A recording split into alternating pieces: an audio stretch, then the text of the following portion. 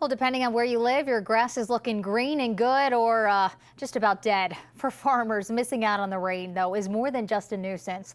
Meteorologist Ben Gilbert traveled north of Columbus to see how farmers are coping. And how are they doing, Ben? Katie, pretty remarkable because there's so much variation. Of course, when it rains, it pours, but it's been hit and miss lately. A fickle pattern for farmers. More rain has fallen in the southeastern forests than in the croplands, and that's mostly north and west of Columbus. And 3/4 of the Buckeye State now have dry soils. Ben, just 2 miles north of us, it rained 2 inches. 2 miles south of us, it rained 1 inch. Right through here in central Ohio, we got nothing. Our NBC4 weather app confirmed the spotty nature of the rain that missed Fred Yoder's crops in Plain City for the second straight day.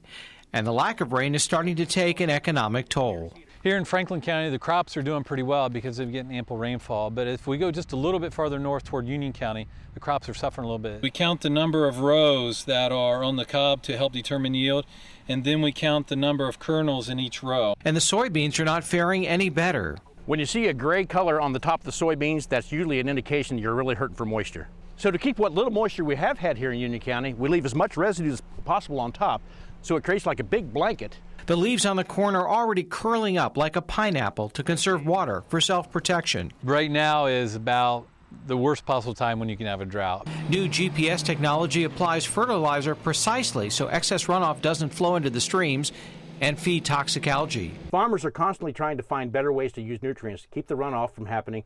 But to have runoff, first you need some rain to finally fall from the clouds.